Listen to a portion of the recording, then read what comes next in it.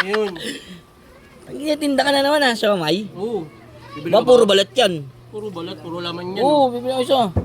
Ayun, ilan? Ito, isa muna. Siyempre, tikman ko mamaya. Kamay mo na naman. O, ano ba? Kamay mo na, hinawakan mo na eh. Sino natin?